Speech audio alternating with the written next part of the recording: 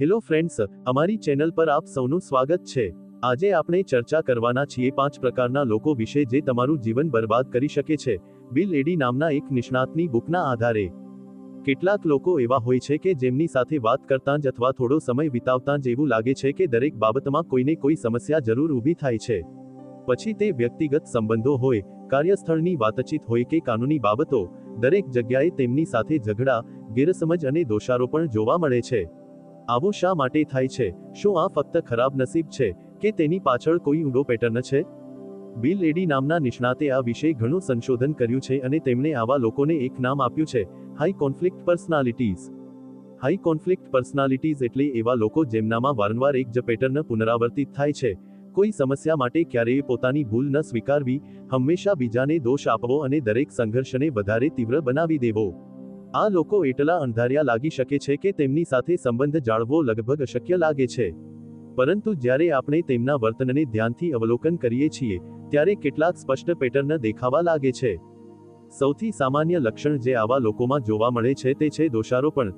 જ્યારે પણ કોઈ સમસ્યા આવે છે, ત્યારે તેઓ ક્યારેય એવું નથી વિચારતા કે કદાચ તેમની પણ કોઈ ભૂલ હોઈ શકે છે। તેના બદલે, તેઓ તરત જ બીજા પર આંગળી ચીંધવા લાગે છે।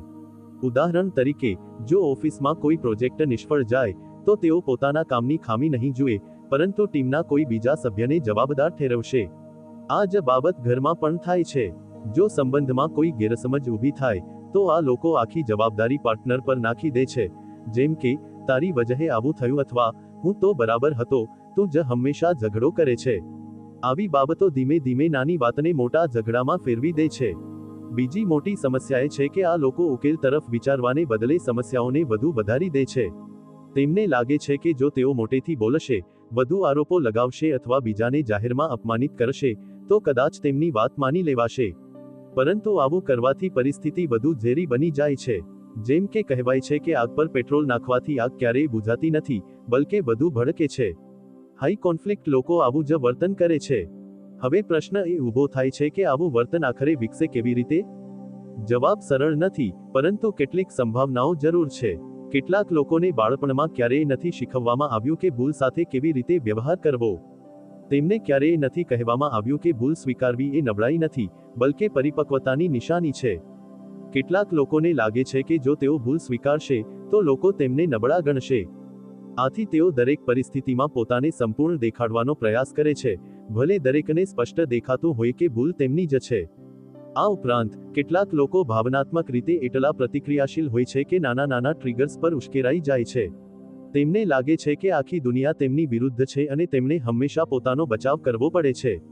તેમનો દૃષ્ટિકોણ હોય છે, હું સાચો છું, અને બાકી બધા મને નીચું બતાવવાનો પ્રયાસ કરી રહ્યા છે। આવા લોકો વાતચીત દ્વારા બાબતોનું સમાધાન કરવાને બદલે આક્રમણ મોડમાં ચાલ્યા જાય છે, અને જ્યારે સામેની વ્યક્તિ શાંત રહેવાનો પ્રયાસ કરે, ત્યારે પણ તેઓ તેને ઉશ્કેરવાનો પ્રયાસ કરે છે। હવે જો તમે વિચારી રહ્યા હો કે શું આવા લોકો ક્યારેય બદલાઈ શકે છે, તો જવાબ થોડો જટિલ છે। કેટલાક કિસ્સાઓમાં, જો તેમને ખુદને ખ્યાલ આવે કે તેમનું વર્તન બીજાને નુકસાન પહોંચાડે છે અને તેઓ ખરેખર બદલવા ઈચ્છે છે, તો થેરાપી અને કાઉન્સેલિંગની મદદથી સુધારો શક્ય છે। પરંતુ ઘણા હાઈ કોન્ફ્લિક્ટ લોકો ક્યારેય નથી માનતા કે તેમનામાં કોઈ સમસ્યા છે। તેમને દરેક પરિસ્થિતિમાં લાગે છે કે ભૂલ ફક્ત બીજાની જ છે। આવા કિસ્સાઓમાં બદલાવ ખૂબ મુશ્કેલ હોય છે। જો તમારા જીવનમાં કોઈ એવી વ્યક્તિ હોય જે દરેક બાબતે ઝઘડે છે, હંમેશા દોષ આપે છે અને ક્યારેય પોતાની ભૂલ નથી સ્વીકારતી, તો એ જરૂરી છે કે તમે તમારી જાતને ભાવનાત્મક રીતે સુરક્ષિત રાખો। સૌથી પહેલા એ સ્વીકારવું પડશે કે તમે તેમને બદલી નથી શકતા। તમે ફક્ત તમારી સીમાઓ સ્પષ્ટ કરી શકો છો અને તમારી પ્રતિક્રિયા પર નિયંત્રણ રાખી શકો છો। દરેક ઝઘડાનો જવાબ આપવો જરૂરી નથી। મૌન અને ભાવનાત્મક અલગાવ ઘણી વખત સૌથી અસરકારક સાધન હોય છે। હાઈ કોન્ફ્લિક્ટ લોકો ઘણીવાર મેનિપ્યુલેશનનો ઉપયોગ કરે છે। તેઓ ગિલ્ટ ટ્રીપ કરે છે, બીજાની લાગણીઓને વિકૃત કરે છે અને પોતાને ભોગ બનાવી દે છે, ભલે તેઓ જ આક્રમક હોય।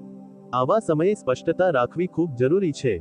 જો તમને લાગે કે કદાચ ભૂલ તમારી જ છે, તો થોડું પાછળ હટીને પરિસ્થિતિને તટસ્થ રીતે અવલોકન કરવાનો પ્રયાસ કરો। ઘણી વખત કોઈ વિશ્વસનીય મિત્ર, થેરાપિસ્ટ કે કાઉન્સેલર સાથે વાત કરવાથી ઘણી મદદ મળે છે। આવા લોકો સાથે બીજી એક બાબત જે ઘણીવાર જોવા મળે છે તે છે સ્પ્લિટિંગ થિંકિંગ। આનો અર્થ એ છે કે તેઓ વસ્તુઓને કાં તો 100% સારી માને છે અથવા 100% ખરાબ। તેમના માટે કોઈ મધ્યમ માર્ગ નથી। આજે જો તમે તેમની વાત માની લો, તો તમે શ્રેષ્ઠ વ્યક્તિ છો, પરંતુ કાલે જો તમે અસહમતિ બતાવી તો તમે દુષ્ટ બની જાઓ છો. આ પ્રકારનું બ્લેક એન્ડ વ્હાઇટ વિચારસરણી તેમને ભાવનાત્મક રીતે અસ્થિર બનાવે છે અને સાથે સાથે બીજા લોકો માટે પણ ખૂબ થકવનારું બની જાય છે. હવે થોડું કલ્પના કરો કે જો આવી વ્યક્તિ કોઈ એવા કાર્યસ્થળ પર હોય જ્યાં ટીમ સહયોગ અને વાતચીત ખૂબ મહત્વની હોય, તો તે હાઈ કોન્ફ્લિક્ટ વર્તન આખી ટીમનું વાતાવરણ બગાડી શકે છે. જો તમને અમારી ફ્રી સમરી ગમી હોય તો તમે અમારી ચેનલને સબસ્ક્રાઇબ કરી શકો છો, અમારી મેમ્બરશિપ ખરીદી શકો છો અથવા યુપીઆઈ દ્વારા અમને સપોર્ટ કરી શકો છો. હવે સમરી પર પાછા ફરીએ. લોકો આવી વ્યક્તિથી બચવાનો પ્રયાસ કરશે, મીટિંગ સજીવ બની જશે અને ઉત્પાદકતા ઘટી જશે. અને જો આ જ વ્યક્તિ કોઈ કાનૂની બાબતમાં હોય, જેમ કે છૂટાછેડાનો કેસ અથવા બાળકની કસ્ટડીની લડાઈ, તો તે દરેક નાની બાબતને હથિયાર બનાવી શકે છે. આવા લોકો સાથેના કોર્ટ કેસ વર્ષો સુધી ચાલે છે, કારણ કે તેઓ કોઈ પણ ઉકેલથી સંતુષ્ટ નથી હોતા. તેમનો મુખ્ય ધ્યેય ઝઘડો જીતવાનો હોય છે, ભલે તેનાથી બધાનું નુકસાન થાય. આથી બિલ એડી કહે છે કે આપણે આવા લોકોને ઓળખવાનું શીખવું જોઈએ, જેથી આપણે જાણી શકીએ કે ક્યારે સંપર્કમાં રહેવું અને ક્યારે અંતર રાખવું એ સારું છે. આ જાગૃતિ જ આપણું પ્રથમ રક્ષણ છે. એડીનું એમ પણ માનવું છે કે સમાજે કાનૂની અને વ્યાવસાયિક સિસ્ટમ્સમાં આવા વર્તનને સંચાલન કરવા માટે વધુ સારી વ્યૂહરચના અપનાવવી જોઈએ. ફક્ત કાયદા કે નિયમો બનાવવા એટલું પૂરતું નથી, આપણે માનવ વર્તનને પણ સમજવું પડે છે. હાઈ કોન્ફ્લિક્ટ પર્સનાલિટીઝ સાથે વ્યવહાર કરવો મુશ્કેલ હોય છે, પરંતુ અશક્ય નથી. સૌથી પહેલા આપણે ભાવનાત્મક રીતે મજબૂત રહેવું જોઈએ. જ્યારે આપણે જાણીએ છીએ કે સામેની વ્યક્તિ અણધારી રીતે પ્રતિક્રિયા આપશે, તો આપણે તેના જાળમાં ફસાતા નથી. બીજું, આપણે સ્પષ્ટ અને શાંત વાતચીત જાળવવી જોઈએ. અને ત્રીજું, સીમાઓ નક્કી કરવી ખૂબ જરૂરી છે. જ્યારે સામેની વ્યક્તિ વારંવાર સીમા ઓળંગે, તો આપણે ગિલ્ટ વિના કહી દેવું જોઈએ, હું આ વાતચીત ચાલુ નહીં રાખું જ્યાં સુધી તે આદરપૂર્ણ ન બને. છેલ્લે, યાદ રાખો કે દરેક વ્યક્તિ કોઈને કોઈ સ્તરે પડકાર ઊભો કરી શકે છે, પરંતુ હાઈ કોન્ફ્લિક્ટ પર્સનાલિટીનો પેટર્ન ખૂબ તીવ્ર અને સતત હોય છે. તેમને સમજીને, ઓળખીને અને સ્માર્ટ વ્યૂહરચનાઓથી હેન્ડલ કરીને આપણે આપણી માનસિક શાંતિને સુરક્ષિત રાખી શકીએ છીએ. અને આ જ સમજદારી આજની દુનિયામાં સૌથી જરૂરી છે, કારણ કે સંઘર્ષથી આપણે બચી નથી શકતા, પરંતુ તેની સાથે યોગ્ય રીતે વ્યવહાર કરવાનું જરૂર શીખી શકીએ છીએ. રાહુલની વાત જે નાર્સિસિસ્ટિક પર્સનાલિટી ધરાવે છે. રાહુલ એક ખૂબ મહત્વાકાંક્ષી અને સ્માર્ટ યુવક હતો. તે દિલ્હીની એક પ્રતિષ્ઠિત એડ એજન્સીમાં કામ કરતો હતો અને તેના કામમાં ખૂબ સારો ગણાતો હતો. બહારથી જોતાં તેનું જીવન સંપૂર્ણ લાગતું હતું, સારી નોકરી, બ્રાન્ડેડ કપડાં, કુલ ફ્રેન્ડ સર્કલ અને આકર્ષક વ્યક્તિત્વ. પરંતુ જે લોકો તેને નજીકથી ઓળખતા હતા, તેમને કંઈક અજીબ લાગતું હતું. રાહુલ હંમેશા પોતાની વખાણ કરતો, દરેક વાતમાં પોતાને કેન્દ્રમાં રાખતો, અને જો કોઈએ તેના આઈડિયા કે ઘનશ્યોને થોડું પણ પડકાર્યું, તો તે અચાનક ખૂબ રક્ષણાત્મક અને ગુસ્સે થઈ જતો. તેના જીવનમાં નેહા નામની એક છોકરી આવી. નેહા એક સરળ, દયાળુ અને ભાવનાત્મક રીતે બુદ્ધિશાળી છોકરી હતી. બંનેની મુલાકાત ઓફિસના એક પ્રોજેક્ટ દરમિયાન થઈ, અને ટૂંક સમયમાં રાહુલે નેહાને પોતાના જીવનનો ભાગ બનાવી લીધી. શરૂઆતમાં બધું ખૂબ સ્વપ્નિલ હતું. રાહુલ હંમેશા નેહાને ખાસ અનુભવ કરાવતો, તેના માટે ભેટો લાવતો, અને વારંવાર કહેતો કે, તું મારા વિના કંઈ નથી સમજી શકતી, હું તને દુનિયા બતાવીશ. નેહાને લાગતું હતું કે તેને તેનો સંપૂર્ણ પાર્ટનર મળી ગયો છે. પરંતુ થોડા મહિનાઓમાં નેહાએ કેટલીક બાબતો નોંધવાનું શરૂ કર્યું. રાહુલ હંમેશા પોતાની વાત કરતો, મેં આ કર્યું, મારા વિના તે પ્રોજેક્ટ ન ચાલત, મારી પ્રતિભા જોડ છે. જો નેહાએ પોતાની કોઈ સિદ્ધિની વાત કરી, તો રાહુલ કાં તો તેને અવગણતો અથવા કહેતો, તને મારા કારણે તક મળી, નહીં તો તું ક્યાં. નેહા થોડી ગૂંચવાયેલી હતી. તેને લાગતું હતું કે કદાચ રાહુલ થોડો અહંકારી છે, પરંતુ જ્યારે લાગણીઓમાં પ્રેમ હોય, ત્યારે માણસ ખામીઓને નજરઅંદાજ કરી દે છે. ધીમે ધીમે રાહુલે નેહાના જીવન પર નિયંત્રણ કરવાનું શરૂ કર્યું. તે નક્કી કરતો કે નેહા કોની સાથે મળશે, શું પહેરશે, કોની સાથે કેટલો સમય વિતાવશે. અને જો નેહાએ પોતાની કોઈ ઈચ્છા વ્યક્ત કરી, તો રાહુલ તેને ગિલ્ટ અનુભવ કરાવતો, તું મારા માટે આટલું પણ નથી કરી શકતી, અથવા તું મને બદલવાનો પ્રયાસ કરી રહી છે, તું મારી લાગણીઓ નથી સમજતી. નેહા ભાવનાત્મક રીતે થાકી ગઈ હતી, પરંતુ તેને સમજાતું નહોતું કે ભૂલ ક્યાં છે. રાહુલ એક નાર્સિસિસ્ટિક પર્સનાલિટીનું ઉદાહરણ હતું. આવા લોકો બહારથી ખૂબ આકર્ષક, બુદ્ધિશાળી અને સફળ લાગે છે, પરંતુ અંદરથી તેમનો આત્મસન્માન ખૂબ નાજુક હોય છે. તેમને હંમેશા પ્રશંસાની જરૂર હોય છે, દરેક વાતચીતમાં પોતાને શ્રેષ્ઠ અનુભવ કરાવવું પડે છે, અને જો કોઈ તેમની છબી પર સવાલ ઉઠાવે, તો તેઓ ખૂબ જલ્દી અપમાનજનક કે મેનિપ્યુલેટિવ બની જાય છે. રાહુલ પણ બિલકુલ આવું જ હતું. તે ઈચ્છતો હતો કે નેહા તેની પ્રશંસા કરે, હંમેશા તેની વાત માને અને ક્યારેય તેની ટીકા ન કરે. અને જો નેહાએ થોડો પણ ફીડબેક આપ્યો તો રાહુલ તેને ભાવનાત્મક રીતે ત્રાસ આપવાનું શરૂ કરી દેતો. ઠંડુ વર્તન, મૌન સારવાર કે વ્યંગાત્મક ટિપ્પણીઓ. એક વખત નેહાએ રાહુલને કહ્યું, મને લાગે છે કે તારે ક્યારેક બીજાની લાગણીઓ પણ સમજવી જોઈએ. તે દિવસે રાહુલે વાતને એટલી મોટી બનાવી દીધી કે તેણે નેહા પર બૂમો પાડવાનું શરૂ કર્યું. તેને અપરિપક્વ કહી અને ત્યાં સુધી કહી દીધું કે તું મારા જીવનની સૌથી મોટી ભૂલ છે. તે એટલી જોરથી બોલ્યો કે નેહા ડરી ગઈ અને ચૂપ થઈ ગઈ. પછી રાહુલે ફૂલો મોકલ્યા, માફી માંગી અને કહ્યું, હું ફક્ત દુઃખી થઈ ગયો હતો, તું મારી દુનિયા છે. આવા ક્ષણો નેહાને ફરી ગૂંચવણમાં મૂકી દેતા. નાર્સિસિસ્ટ લોકો ઘણીવાર આ પેટર્નને અનુસરે છે. આઇડિયલાઇઝ, ડિવેલ્યુ, ડિસ્કાર્ડ અને પછી ફરી આઇડિયલાઇઝ. શરૂઆતમાં તેઓ સામેની વ્યક્તિને ખૂબ ઉચ્ચ ગણે છે, પછી ધીમે ધીમે તેને નીચું બતાવવા લાગે છે, અને જ્યારે તે વ્યક્તિ પ્રતિક્રિયા આપે છે કે દૂર જવાનો પ્રયાસ કરે છે, તો નાર્સિસિસ્ટ ફરીથી આકર્ષક બની જાય છે જેથી નિયંત્રણ જાળવી રાખે. રાહુલના કિસ્સામાં પણ આ જ થઈ રહ્યું હતું. તે નેહાને ક્યારેક ભાવનાત્મક રીતે ઉપર લઈ જતો, તો ક્યારેક એકદમ નીચે પછાડી દેતો. રાહુલના મિત્રો પણ ધીમે ધીમે તેનાથી દૂર થવા લાગ્યા. તેને લાગતું હતું કે બધા તેનાથી ઈર્ષ્યા કરે છે, પરંતુ સચ્ચાઈ એ હતી કે કોઈ પણ તેની સાથે વધુ સમય ટકી શકતું નહોતું, કારણ કે તેની વાતચીત ફક્ત સ્વપ્રશંસાથી ભરેલી હતી અને તે બીજાને ત્યાં સુધી વાપરતો જ્યાં સુધી તેનો કોઈ ફાયદો હોય. તેનો એક મિત્ર અમન, જેણે એક વખત રાહુલના મંતવ્યથી અસહમતિ દર્શાવી, તેનાથી એટલો નારાજ થયો કે રાહુલે તેને પીઠમાં છરો ભોંકનાર કહીને બીજાની સામે અપમાનિત કરવાનું શરૂ કર્યું.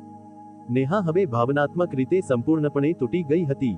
તે પોતાના મિત્રોને મળવાનું પણ બંધ કરી ચૂકી હતી, હંમેશા રાહુલને ખુશ રાખવામાં વ્યસ્ત રહેતી, અને તેમ છતાં તે પોતાને અપૂરતી અનુભવવા લાગી હતી. એક દિવસ તેની મિત્ર રિયાએ તેની સાથે વાત કરી અને તેને નાર્સિસિસ્ટિક વર્તન વિશે જણાવ્યું. શરૂઆતમાં નેહાને લાગ્યું કે આ બધું વધારે વિચારવું છે, પરંતુ જ્યારે તેણે ધીમે ધીમે રાહુલના દરેક પેટર્નને તે વર્ણન સાથે મેળ ખાતા જોયા, તો તેને સ્પષ્ટતા મળી. તેણે વાંચવાનું શરૂ કર્યું, થેરાપિસ્ટ સાથે વાત કરી, અને પોતાને ભાવનાત્મક રીતે સાજા કરવાનું શરૂ કર્યું. સૌથી મોટી બાબત જે તેણે શીખી તે હતી કે નાર્સિસિસ્ટ હંમેશા આકર્ષક દેખાઈ શકે છે, પરંતુ તેમનું આકર્ષણ એક જાળ છે.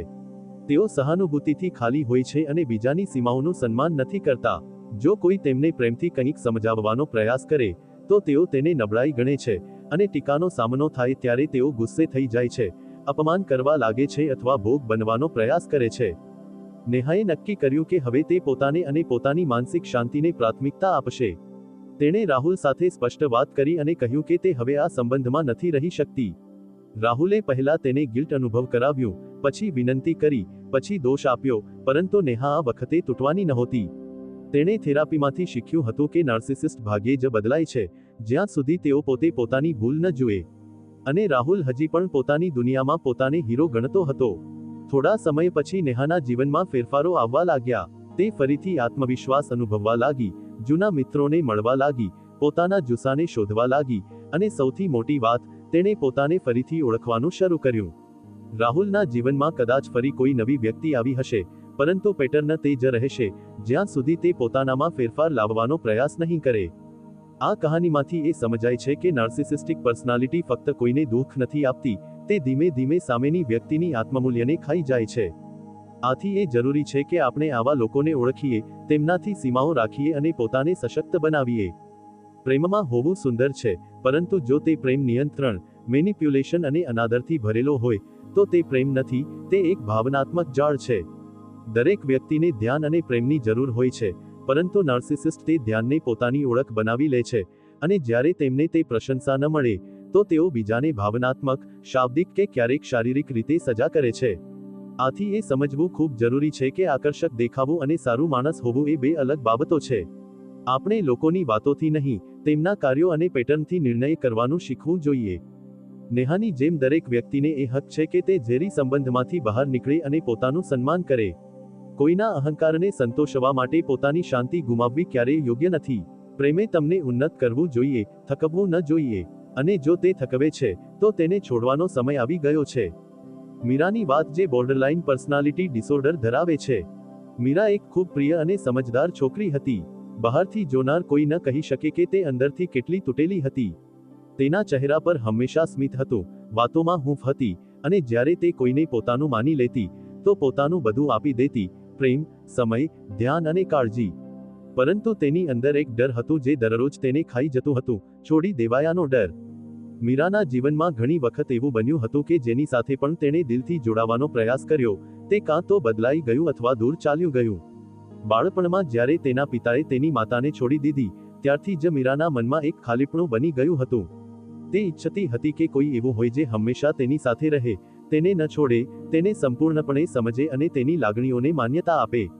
પરંતુ જ્યારે આ ન થતું, તો મીરાનું વર્તન અચાનક બદલાઈ જતું. તેનો એક બોયફ્રેન્ડ હતો, રોહિત. રોહિત એક સમજદાર અને શાંત યુવક હતો, જે મીરાને ખરેખર પસંદ કરતો હતો. શરૂઆતમાં બધું ખૂબ સારું ચાલ્યું. મીરા ખૂબ પ્રેમાળ હતી, હંમેશા રોહિતની આસપાસ રહેવા ઈચ્છતી, તેને ખાસ અનુભવ કરાવવા ઈચ્છતી, અને કહેતી, તું જ એક છે જે મને સમજે છે, તારા વિના હું કંઈ નથી. રોહિતને મીરાનો આ તીવ્ર પ્રેમ ગમતો હતો, પરંતુ ધીમે ધીમે તેને લાગવા લાગ્યું કે મીરા તેને થોડું વધારે પોઝેસિવ રીતે ટ્રીટ કરી રહી છે. જો રોહિતે કોઈ દિવસ તેને સમયસર જવાબ ન આપ્યો, તો મીરા પરેશાન થઈ જતી, ગભરાઈ જતી અને પછી ગુસ્સે થઈ જતી. તું મને અવગણી રહ્યો છે, તને મારી પરવા નથી, કદાચ તું મારાથી કંટાળી ગયો છે, આવા સંદેશા આવવા લાગતા.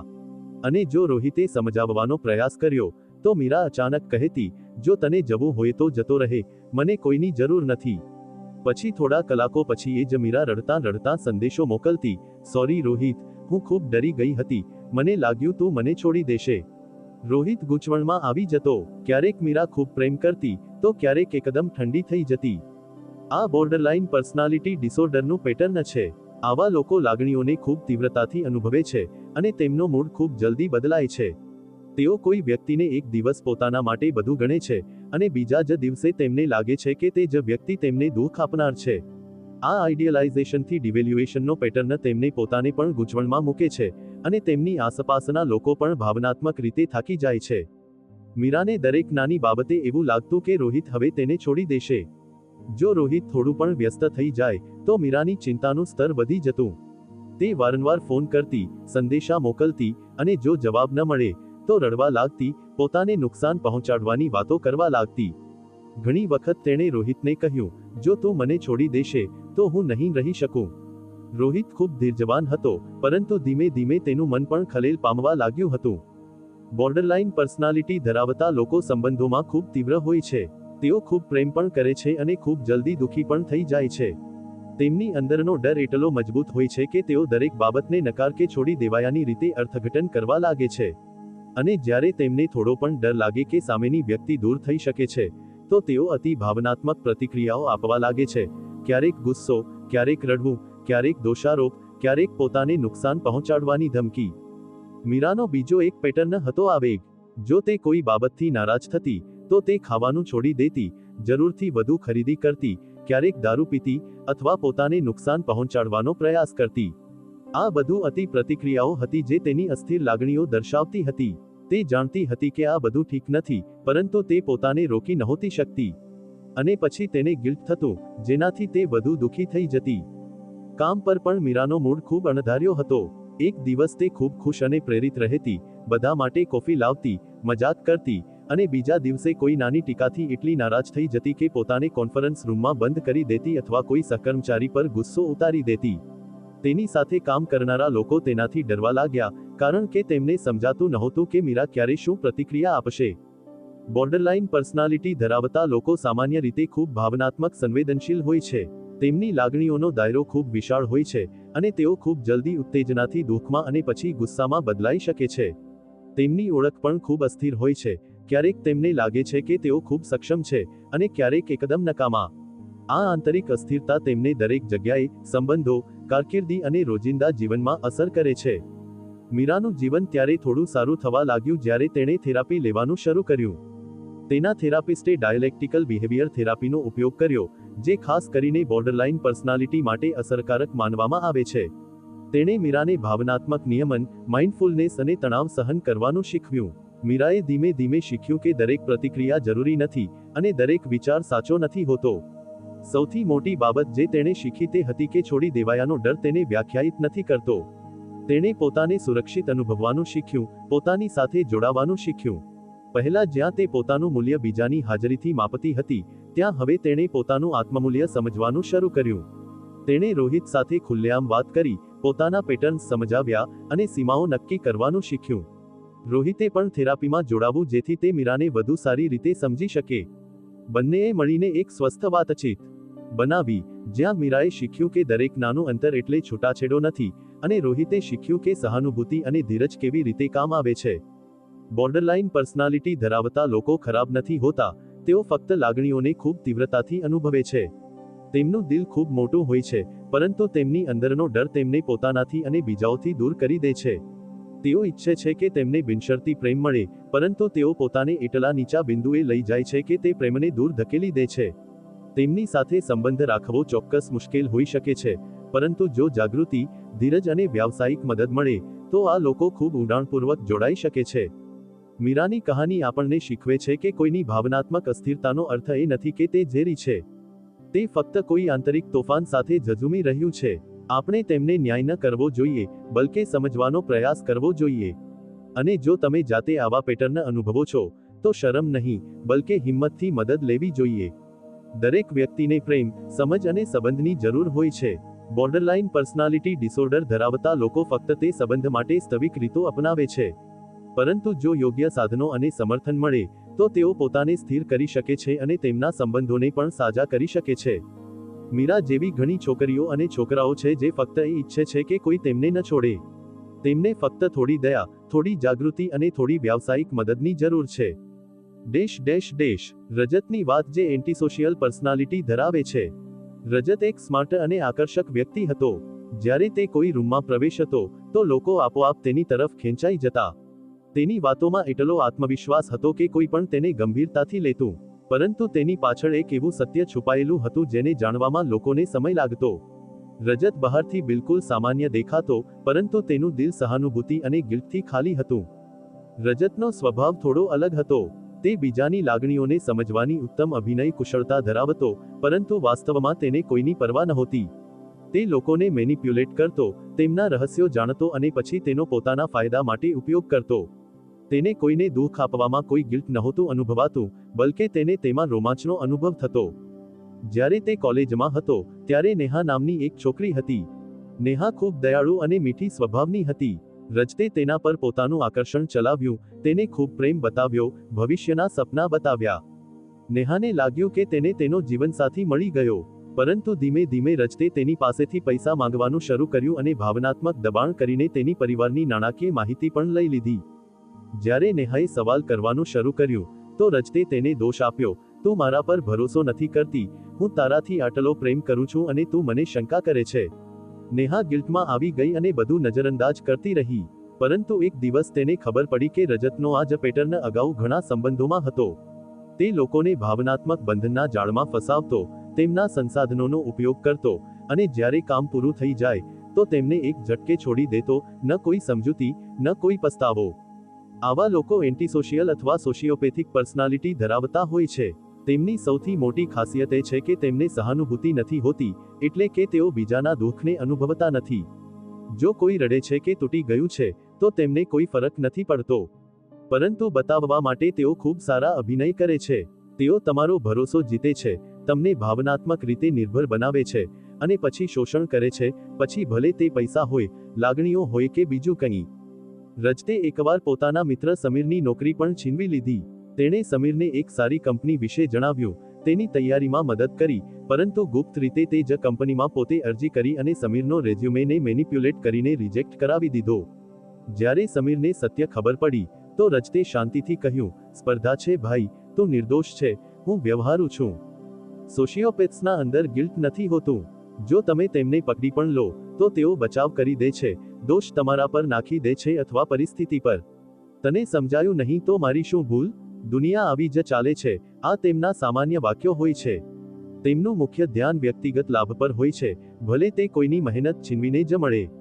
એડીની બુકમાં જણાવ્યું છે કે આવા લોકો ખૂબ આકર્ષક હોય છે, ખૂબ આત્મવિશ્વાસ ધરાવે છે, અને તેમનું જૂઠું બોલવાનું રીત એટલું સરળ હોય છે કે સામેની વ્યક્તિ ગૂંચવણમાં આવી જાય છે. તેઓ પોતાના જૂઠને એટલી સચ્ચાઈથી બોલે છે કે સત્ય પણ તેની સામે ઝાંખું લાગે. આ જ કારણે ઘણીવાર લોકો તેમની અસલી પ્રકૃતિ ઓળખી શકતા નથી, કારણ કે તેઓ પોતાને ભોગ બનાવીને રજૂ કરે છે. રજતે એકવાર પોતાના મકાન માલિકને ભાવનાત્મક વાર્તા સંભળાવીને 3 મહિનાનું ભાડું માફ કરાવી લીધું, જ્યારે વાસ્તવમાં તેની પાસે પૈસા હતા. તેણે કહ્યું કે તેની માતા બીમાર છે, નોકરી ગઈ છે, અને તે હતાશામાં છે. મકાન માલિકે તેના પર દયા બતાવી, પરંતુ એ જ સમયે રજત ગોવા ટ્રીપ પર મિત્રો સાથે આનંદ માણી રહ્યો હતો. જ્યારે મકાન માલિકને સત્ય ખબર પડી અને તેણે સવાલ કર્યો, તો રજતે તેને જ ઠંડો અને ઉદ્ધત કહી દીધું, આટલી નાની વાત પર આટલો રિએક્ટ કેમ કરો છો?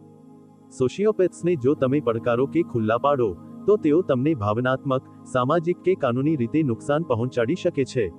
તેઓ બદલો લેનારા બની શકે છે, અફવાઓ ફેલાવી શકે છે, અથવા તમારી વિશ્વસનીયતા પર શંકા ઊભી કરી શકે છે. આથી એડી સૂચવે છે કે જો તમે કોઈ એવી વ્યક્તિને ઓળખી લો જે સતત બીજાનું શોષણ કરે, ગિલ્ટ કે પસ્તાવો ન બતાવે, અને દરેક સંબંધ ફક્ત પોતાના ફાયદા માટે બનાવે, તો તેનાથી અંતર રાખવું જ બહેતર છે. રજતે પોતાની ઓફિસમાં પણ ઘણા અનૈતિક કામો કર્યા. એકવાર તેણે પોતાના સહકર્મચારીની પ્રેઝન્ટેશન ચોરી લીધી અને તેને બોસની સામે પોતાનો આઈડિયા બતાવ્યો. જ્યારે તેના સહકર્મચારીએ કહ્યું કે આ તેનું કામ છે, તો રજતે કહ્યું, આઈડિયા તો હવામાં હોય છે, જેણે પહેલું રજૂ કર્યું તેનું. બોસ પ્રભાવિત થયા, અને રજતને પ્રમોશન મળી ગયું. રજતે ક્યારેય પાછળ જોયું નહીં. આવા લોકોની એક બીજી ગુણવત્તા છે, આકર્ષણ અને સુપરફિશિયલ લાઇકેબિલિટી. તારક ચિહ્ન. શરૂઆતમાં તેઓ એટલા મદદગાર, રમૂજી અને આકર્ષક લાગે છે કે કોઈ પણ તેમની તરફ ખેંચાઈ જાય છે. પરંતુ જ્યારે તમે તેમના વર્તનના પેટર્નને ઊંડાણથી અવલોકન કરો, તો સમજાય છે કે તેમનું આકર્ષણ ફક્ત એક માસ્ક છે. તેમની અંદર કોઈ ભાવનાત્મક ઊંડાણ નથી, તેમને ફક્ત મેનિપ્યુલેશન આવડે છે. એડી ભારપૂર્વક સૂચવે છે કે આવા લોકોને કાનૂની કરારો, ભાવનાત્મક પ્રતિબદ્ધતાઓ કે સહિયારી જવાબદારીઓથી દૂર રાખવા જોઈએ. જો તમને લાગે કે કોઈ વ્યક્તિ વારંવાર બીજાનું નુકસાન કરે છે, કોઈ પસ્તાવો નથી બતાવતી, અને હંમેશા દોષ બીજા પર નાખે છે, તો તમારી સીમાઓને મજબૂત કરો, દસ્તાવેજીકરણ રાખો, અને જરૂર હોય તો કાનૂની મદદ લો. રજતની કહાનીમાં એ પણ જોવા મળ્યું કે જ્યારે તેને પકડવાનો પ્રયાસ કરવામાં આવ્યો, તો તેણે લોકોને વિભાજિત કરી દીધા. કેટલાકને પોતાની બાજુ લઈ આવ્યા, કેટલાક વિશે ખોટી વાતો ફેલાવી. તે પોતાની છબી બચાવવા માટે કોઈ પણ હદ સુધી જઈ શકતો હતો. આ જ સોશિયોપેથનો ભયાનક પાસું છે. તેમને ફરક નથી પડતો કે તેઓ કોને નુકસાન પહોંચાડે છે, બસ તેમને પોતાનો લાભ મળવો જોઈએ. જો તમે ક્યારેય આવી વ્યક્તિ સાથે વ્યવહાર કરો, તો સૌથી પહેલા તમારી જાતને ભાવનાત્મક રીતે અલગ કરવું જરૂરી છે.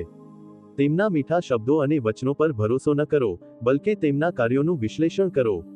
જો તેઓ વારંવાર ભરોસો તોડે છે, બીજાનો ઉપયોગ કરે છે, અને ગિલ્ટ ફ્રી રહે છે, તો આ જ રેડ ફ્લેગ છે. એન્ટીસોશિયલ કે સોશિયોપેથિક પર્સનાલિટી એ કોઈ નાની વસ્તુ નથી. આ ફક્ત ઉદ્ધત કે સ્વાર્થી હોવું નથી, બલકે એક ઊંડું મનોવૈજ્ઞાનિક મુદ્દો છે, જ્યાં વ્યક્તિને બીજાની લાગણીઓ, દુઃખ કે હકોની કોઈ પરવા નથી. અને જો તમે આવી કોઈ વ્યક્તિના નજીકના વર્તુળમાં છો, તો માનસિક, ભાવનાત્મક અને ક્યારેક શારીરિક સુરક્ષાનું ધ્યાન રાખવું જરૂરી છે. રજત જેવા લોકો દરેક જગ્યાએ હોઈ શકે છે, પરિવારમાં, કાર્યસ્થળે, અથવા રોમેન્ટિક સંબંધોમાં. આથી જાગૃતિ એ સૌથી મોટો હથિયાર છે. જો તમે સજાગ રહેશો, તો મેનિપ્યુલેશનથી બચી શકશો. અને જો તમે પહેલેથી જ જાળમાં ફસાઈ ગયા છો, તો પોતાને દોષ ન આપો, બલકે ધીમે ધીમે સીમાઓ બનાવીને તે ચક્રમાંથી બહાર નીકળો.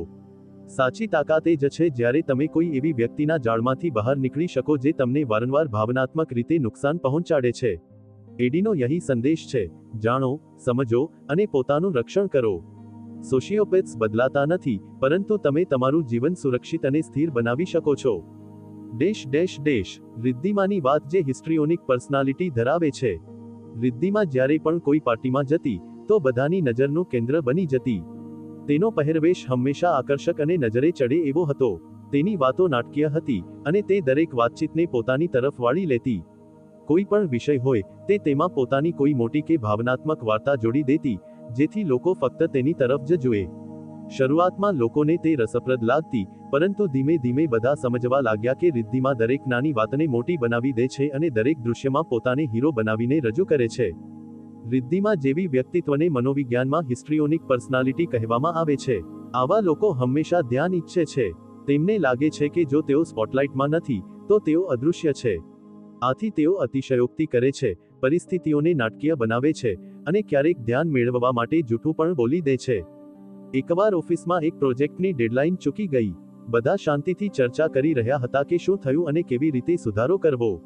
પરંતુ રિદ્ધિમા અચાનક રડવા લાગી અને બોલી કે તેના કારણે બધાને સમસ્યા થઈ રહી છે. તેણે નાટકીય અંદાજમાં પોતાને દોષ આપવાનું શરૂ કર્યું. તે ઈચ્છતી હતી કે લોકો તેને સાંત્વના આપે, તેની પ્રશંસા કરે કે તું તો આટલી મહેનત કરે છે, આ તારી ભૂલ નથી. ધીમે ધીમે લોકોને સમજાયું કે તે દરેક પરિસ્થિતિમાં નાટક ઊભું કરે છે જેથી ધ્યાનનું કેન્દ્ર બની રહે. આવા લોકો ઘણીવાર પોતાની લાગણીઓને અતિશય રજૂ કરે છે. તેમનો અવાજ મોટો હોય છે, તેમની શારીરિક ભાષા અતિશયોક્તિપૂર્ણ હોય છે, અને તેઓ ઘણીવાર બીજાને ભાવનાત્મક રોલર કોસ્ટર પર લઈ જાય છે. જો કોઈએ તેમને અવગણ્યા કે વધુ ધ્યાન ન આપ્યું, તો તેઓ દુઃખી થઈ જાય છે અને સામેની વ્યક્તિને ઠંડી કે ઉદ્ધત કહેવા લાગે છે. તેમને સતત પ્રશંસા અને માન્યતાની જરૂર હોય છે. રિદ્ધિમાની એક આદત હતી કે તે પોતાની વાર્તાઓને થોડી ટ્વિસ્ટ કરીને સંભળાવતી.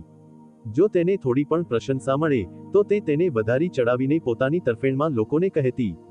જો કોઈ તેને પસંદ ન કરે, તો તે તેના વિશે નાટકીય વાર્તાઓ બનાવીને લોકો પાસેથી સહાનુભૂતિ લેવા લાગતી. એડીની બુકમાં જણાવ્યું છે કે હિસ્ટ્રિયોનિક પર્સનાલિટી ધરાવતા લોકો પરસેપ્શન નિયંત્રિત કરવા માટે ક્યારેક સત્યને વિકૃત કરે છે.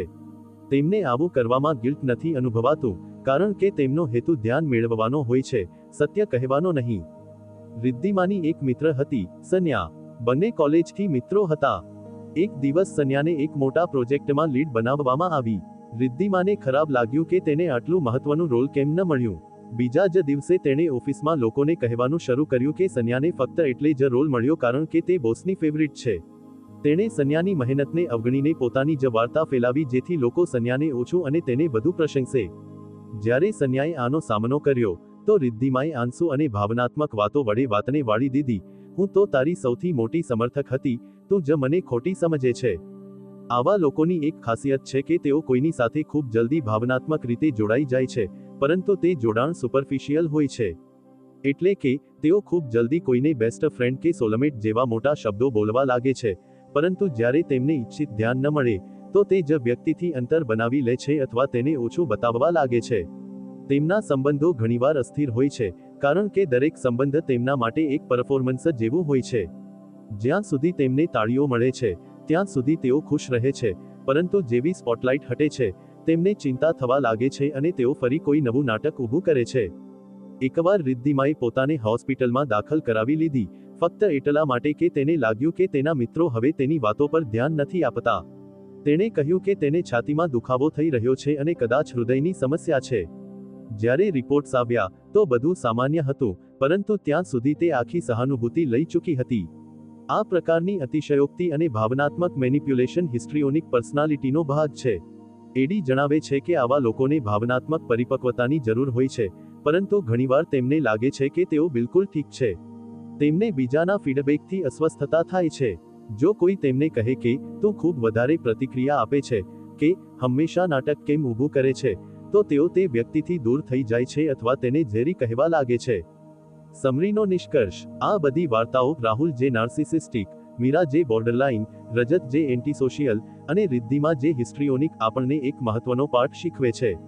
આવા હાઈ કોન્ફ્લિક્ટ પર્સનાલિટી ધરાવતા લોકો ઘણીવાર આપણા જીવનમાં ઝેરી અસરો લાવી શકે છે, પરંતુ જો આપણે તેમના વર્તનના પેટર્નને ઓળખી લઈએ, તો આપણે પોતાને સુરક્ષિત રાખી શકીએ છીએ. બિલ એડીની બુક આપણને શીખવે છે કે આવા લોકોને સમજવું, તેમનાથી સીમાઓ રાખવી અને પોતાની ભાવનાત્મક અને માનસિક શાંતિને પ્રાથમિકતા આપવી એ આજના સમયમાં અત્યંત જરૂરી છે.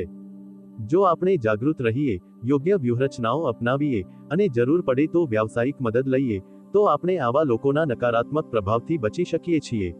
આ બધી વ્યક્તિત્વની ખામીઓ જુદી જુદી હોય છે, પરંતુ તેનો મુખ્ય ઉદ્દેશ એક જ છે: પોતાની ભાવનાત્મક જરૂરિયાતોને પૂર્ણ કરવી, ભલે તે બીજાને નુકસાન પહોંચાડે. આથી આપણે પોતાની સીમાઓને મજબૂત રાખવી, સ્પષ્ટ વાતચીત કરવી અને જરૂર પડે તો દૂર થઈ જવું એ સૌથી મહત્વનું છે. ફ્રેન્ડ્સ, આ હતી આજની બુક સમરી.